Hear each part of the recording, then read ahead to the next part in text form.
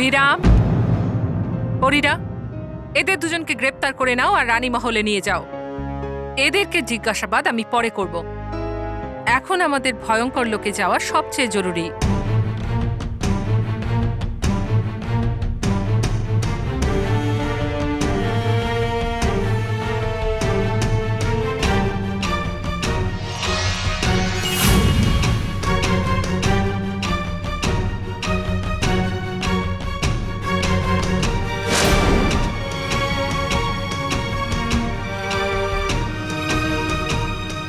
কিন্তু রানীপুরী, ভয়ঙ্কর পরী তো সুরক্ষা কবচ বানিয়ে রেখেছে। আর এরকম হবে না তো? আমরা এখানে সুরক্ষা কবচ ভেঙে দিলে ওখানে ভয়ঙ্কর পরী সৌধগুলোর বড় কোনো ক্ষতি করে দেবে। কিন্তু আমাদেরকে ভয়ঙ্কর পরীক্ষার প্রচেষ্টায় সফল হতে দিলে চলবে না।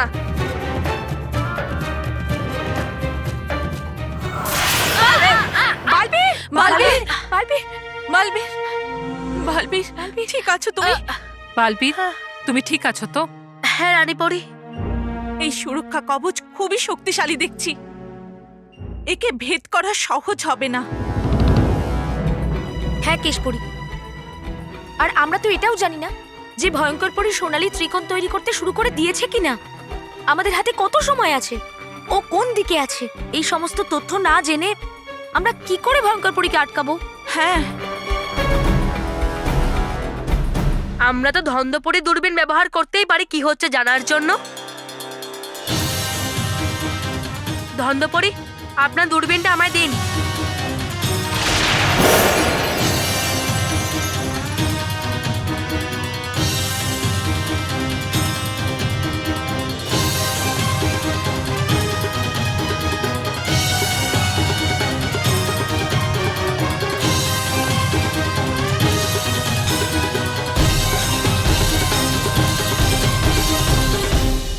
এবার সময় চলে এসেছে শক্তিশালী ত্রিকোণ বানানোর।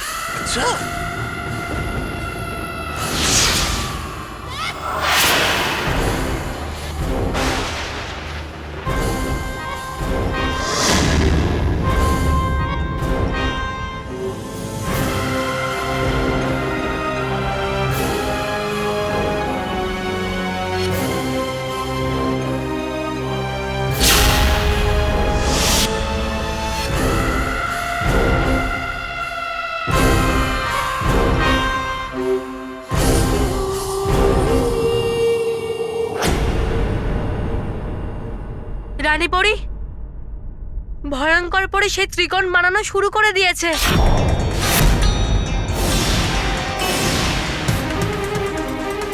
এবার কি হবে রানীপরি? ভয়ঙ্কর পরীকে আটকানো তো দূরের কথা, আমরা ওর সঙ্গে লড়াই করার জন্য ভয়ানক লোকে প্রবেশ পর্যন্ত করতে পারছি না।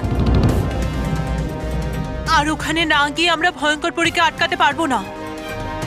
তো আমরা কি করব রানীপরি? এখানে দাঁড়িয়ে দাঁড়িয়ে আমরা হার স্বীকার করতে তো পারি না। আমরা তো খারাপকে জিতে দিতে পারি না, তাই না? রানীপরি, কোনো তো উপায় থাকবে ভয়ানক লোকে প্রবেশ করা। না, এই কবচকে ভেদ করা যাবে না।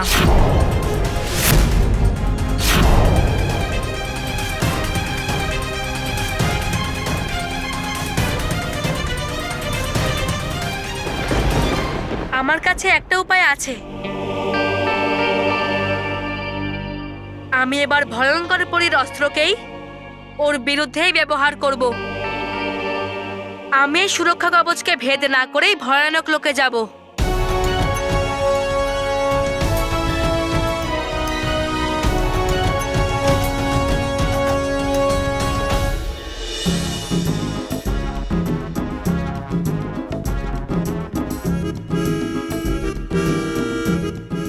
বাবা, গোলাপ জাম একটা তো খেতেই হবে। কুতুব মিনার উধাও হয়েছে, কত সময় পেরিয়ে গেছে, কিন্তু তা কোথায় আছে এবং কখন ফেরত আসবে তার কোনো উত্তর সরকারের কাছে নেই। তার থেকেও বড় প্রশ্ন এটা, কিন্তু কেন কেন কেউ শুধু ভারতবর্ষেরই ঐতিহাসিক সৌধগুলো এইভাবে উধাও করে দিচ্ছে? কে আছে যে ভারতের ঐতিহাসিক পরম্পরায় আঘাত হানতে চাইছে? না, আমরা বুঝতেও পারলাম না, আর আরেকটা উধাও করে দিল। মনে হচ্ছে ওরা দেখে ফেলেছে আমাকে গোলাপ জাম খেতে। এবার কি হবে? মার খাবে, খুব মার খাবে। শুধু একবার ধরতে পারি। একটা গোলাপ জাম খেলাম তাতেই মার? এ তো খুব খারাপ কথা। শুধু মারই কেন, আমি তো বলি জেলে ঢুকি দাও, জেলে। জেলে?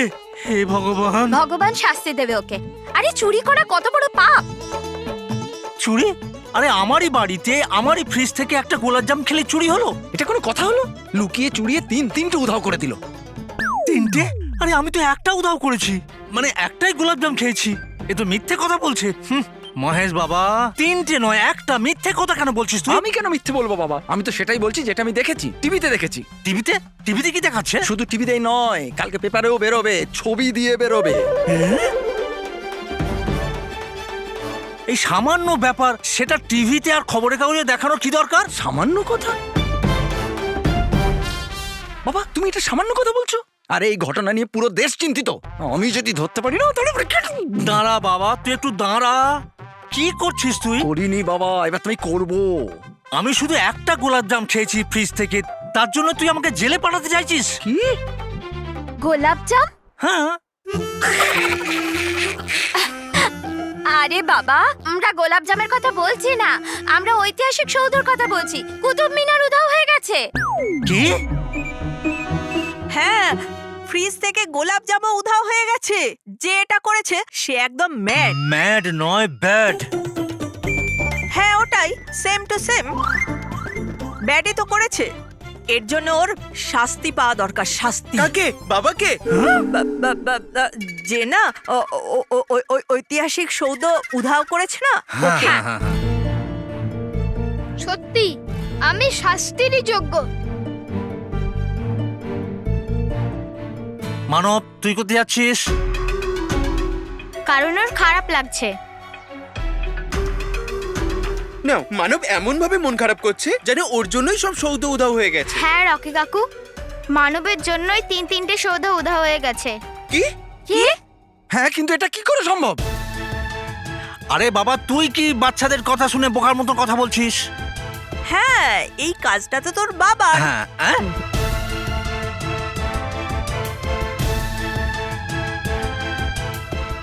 ভগবান মানবের রক্ষা করবেন আর বালবীরের সাহায্য, যাতে ও যত তাড়াতাড়ি সম্ভব মানবের ওপর থেকে খারাপ জাদু পুরোপুরিভাবে নিয়ে নেয়।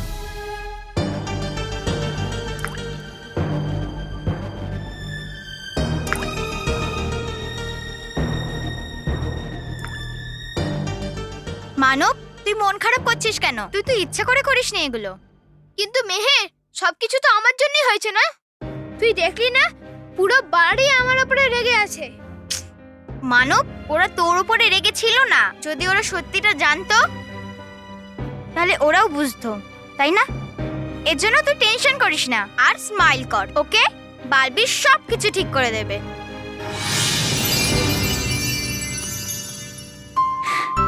নাও, বালবীরের নাম নিলাম আর চলে আসলো। বালবীর, তুমি আমার উপর থেকে জাদু সরানোর কোনো রাস্তা বের করলে? না, কিন্তু সেই উপায় আমি নিশ্চয়ই পেয়ে যাব। কিন্তু এখন তোমাকে আমায় সাহায্য করতে হবে। বালবীর, আমার এখন তোমার সাহায্য দরকার আর তুমি আমার থেকে সাহায্য চাইছো। বালবীর, তুমি প্লিজ তাড়াতাড়ি কিছু করো, না হলে এরকম ভাবেই আমি বলাতে অনেক কিছু উধাও হয়ে যেতে পারে। মানব, জিনিস অদৃশ্য হতে পারে কিন্তু ফেরতও তো আসতে পারে। মানে? যেমন তোমার বলাতে সৌধগুলো অদৃশ্য হয়ে গিয়েছিল, আবার তুমি বললে সেগুলো তো ফেরতও আসতে পারে। আরে হ্যাঁ, আমার বলাতে বন্টু ফুটবল থেকে আবার ঠিক হয়ে গেছিল। আরে তাহলে ভাবছিস কি? ফিরিয়ে আনো ওই ঐতিহাসিক সৌধগুলোকে। হ্যাঁ, তোর কি মনে হচ্ছে এগুলো এত সোজা? মানব, সহজ তো নয়, কিন্তু আমাদের তো চেষ্টা করতেই হবে। সৌধগুলো নিজের জায়গায় এলো কিনা সেটা দেখার ব্যবস্থা আমি এক্ষুনি করে দিচ্ছি।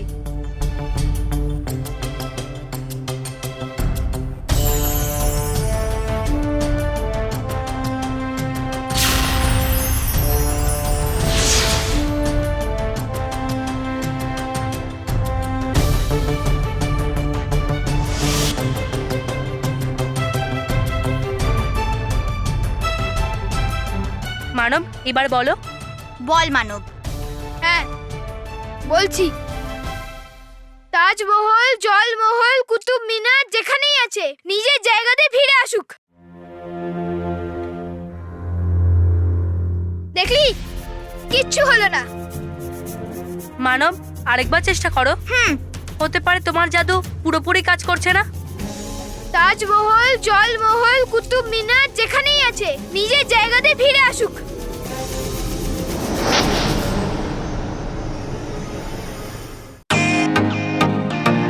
ওয়েলকাম টু বিটেন ওয়ার্ল্ড।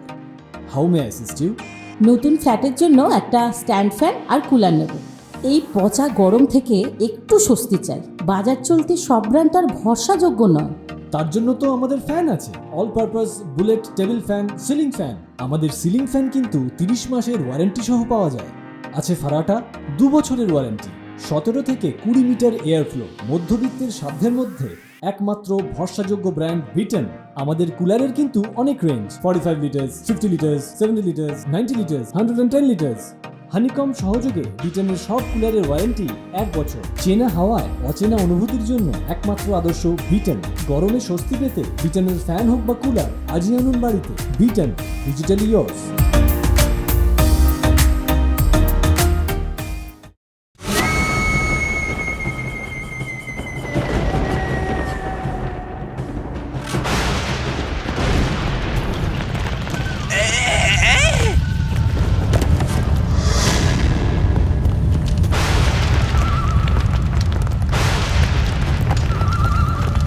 আরে ওরে ভয়ঙ্কর হচ্ছে, এটা কিরকম ভূমিকম্প আসছে না তো পরিদের সেনা? না, আমার সুরক্ষা কবচকে ভেদ করা অসম্ভব। কিন্তু মনে হচ্ছে ওই রাগী জেদি পরি জানতে পেরে গেছে যে ওদেরকে আমি আবার ঠকিয়েছি। তাই ওরা এটাকে এখান থেকে নিয়ে যাওয়ার চেষ্টা করছে। তাহলে করবেন কি এখন আপনি? আটকাবেন কি করে ওদের? আটকাবো না, আটকে দিয়েছি মূর্খ। হ্যাঁ? এই স্মৃতিসৌধগুলোকে এখান থেকে কেউ নিয়ে যেতে পারবে না।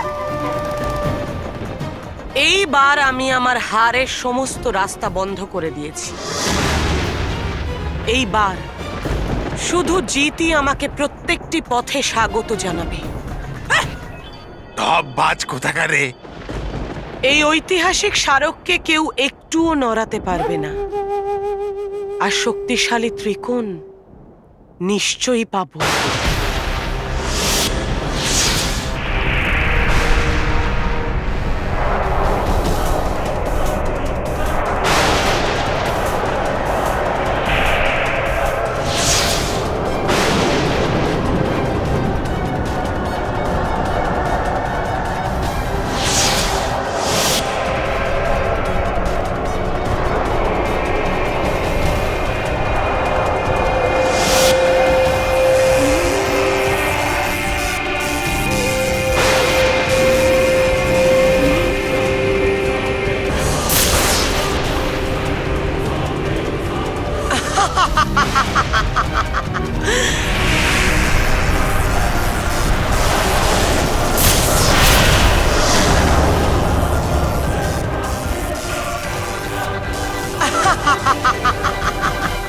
তাজমহল, জলমহল, কুতুব মিনার যেখানেই থাকুক ওখান থেকে নিজের জায়গায় ফিরে আসুক।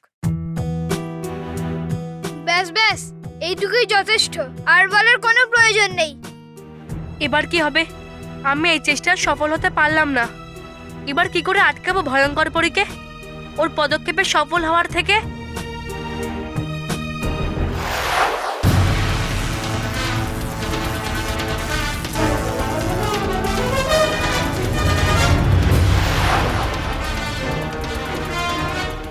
দেখলি, তাজমহল, জলমহল, কুতুব মিনার কোনোটাই আসছে না।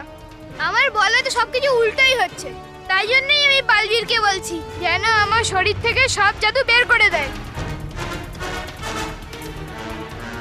মানব, তুই চিন্তা করিস না। তুই তো বলেছিলিস না আমায় যে মন্টু ঠিক হয়ে গেছে, আর বাড়ির লোকেদের মুখ থেকেও লাড্ডু বের হওয়া বন্ধ হয়ে গেছিল না?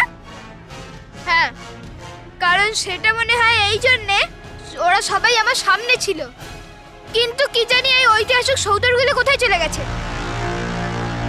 যেখানে আমার জাদু চলছেই না। তাই জন্য ওরা ফেরত আসছে না। আমি খালি এইগুলোকে পাঠাতে পারি, কিন্তু ফেরত আনতে পারবো না। মানব, হতে পারে তোমার জাদু সেখানে কাজ করছে না, আর সেই জন্যই তুমি সেই সৌধগুলোকে ফিরিয়ে আনতে পারছো না। কিন্তু তুমি এখনো সেই সৌধগুলোকে ফিরিয়ে আনতে আমাকে সাহায্য করতে পারো। সেটা কিভাবে? মেহের, মানব যেই জায়গায় ওই স্মৃতিসৌধগুলোকে পাঠিয়ে দিয়েছে, ও সেই জায়গায় আমাকেও পাঠিয়ে দেবে। কি? কিন্তু বালবীর, ওই জায়গাটা নিশ্চয় অনেক ভয়ঙ্কর হবে না?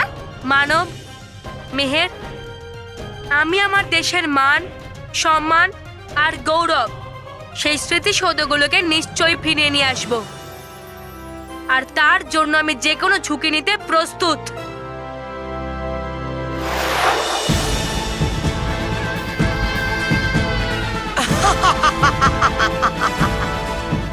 দেখো এটাকে, দেখো এই শক্তিশালী ত্রিকোণকে। তবা তবা, দেখে মনে হচ্ছে কোনো লোহা গলে যাচ্ছে,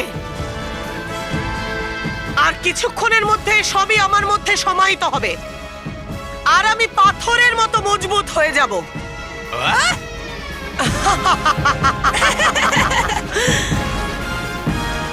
নিজেদের অন্তিম সময়ের প্রহর গোনা শুরু করো পরীরা। খুব শীঘ্রই তোমাদের বিনাশ তোমাদের কাছে পৌঁছে যাবে। রানী পরী, কি ঘটছে এখন? ভয়ঙ্কর পরী আর কিছুক্ষণের মধ্যেই শক্তি গ্রহণ করে ফেলবে পরীরা, আর কয়েক মুহূর্তের মধ্যেই সততার হার নিশ্চিত হয়ে যাবে, আর আমাদের মধ্যে থেকে এটা কেউ আটকাতে পারবে না। বালবীর, তোমার কথা মতো আমি ওই ঐতিহাসিক সৌধগুলোকে ফেরত আনার চেষ্টা করেছি, কিন্তু ওইগুলো তো ফেরত এলো না, তাই না? তাহলে আমি বললে তুমি ওই জায়গাতে কিভাবে পৌঁছে যাবে? আমি পৌঁছে যাব মানব, আমার পুরো বিশ্বাস আছে। হ্যাঁ মানব, তুই চেষ্টা তো কর, কারণ যারা চেষ্টা করে তাদের হার হয় না। ধরে নে যে বালবীর ওখানে চলেও গেল, কিন্তু আমার জন্য যদি বালবীরের ওখানে কিছু হয়ে যায়, তাহলে আমি নিজেকে কখনো ক্ষমা করতে পারবো না। আমি আমাদের বাচ্চাদের বিবিকে হারাতে চাই না। না মানব, তোমাদের বালবীর তখনই শেষ হয়ে যাবে যখন ও নিজের প্রতিজ্ঞা রাখতে পারবে না, নিজের দেশের সুরক্ষা করতে পারবে না, তার সম্মান রাখতে পারবে না। আর মানব, তুমি কি এটা চাও যে তোমাদের বালবীর তোমাদের কাছেই থাকলো, কিন্তু ওর মাথা লজ্জায় নিচু হয়ে থাকলো? না। তাহলে মানব, তুমি আমাকে ওখানে পাঠিয়ে দাও। যদি এইবার সেই অসৎ শক্তি জিতে যায়, তাহলে কখনো কোনো দিনও কোনো বাচ্চাকে খুশি থাকতে দেবে না। আর আজকের পর কোনো বাচ্চা সততা এবং আদর্শের পথে চলতে পারবে না। এরকম কিভাবে বিরক্ত করবে এই বাজে শক্তি? আমাদের বিবিবি আছে তো, ও ওখানে যাবে আর এই বাজে শক্তিকে ভালোভাবে মজা দেখাবে।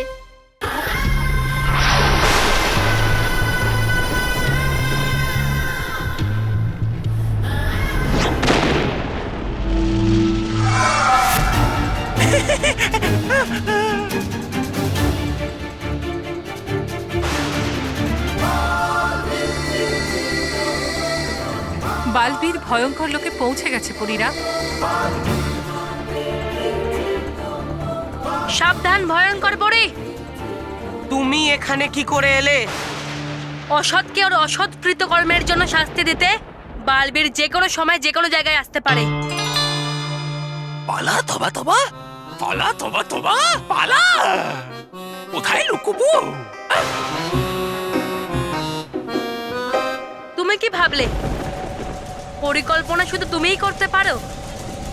যেই রাস্তা দিয়ে তুমি আমাদের এই দেশের গৌরব, এই স্মৃতিসৌধগুলোকে এখানে এনেছো, সেই রাস্তা দিয়েই আমি এদেরকে ফিরিয়ে নিয়ে যাব। তুমি এখানে চলে তো এসেছো বালবীর, কিন্তু তুমি কিছুই করতে পারবে না। এই মহাশক্তিশালী ত্রিকোণ তো আমি প্রাপ্ত করেই ছাড়ব, আর এটা প্রাপ্ত করার পর আমি সবার প্রথমে তোমাকে সমাপ্ত করব। যুদ্ধ হওয়ার আগে নিজের জয়ের আনন্দ করো না ভয়ঙ্কর পরি, কারণ পরাজয়ের মুখ দেখার পরে তুমি আর নিজের মুখ কাউকে দেখাতে পারবে না ভয়ঙ্কর পরি। মুখ তো তুমি নিজের কাউকে দেখাতে পারবে না যখন তুমি হেরে যাবে। এটা কখনো হবে না ভয়ঙ্কর পরি। আমি কখনোই তোমাকে তোমার উদ্দেশ্যে সফল হতে দেব না ভয়ঙ্কর পরি।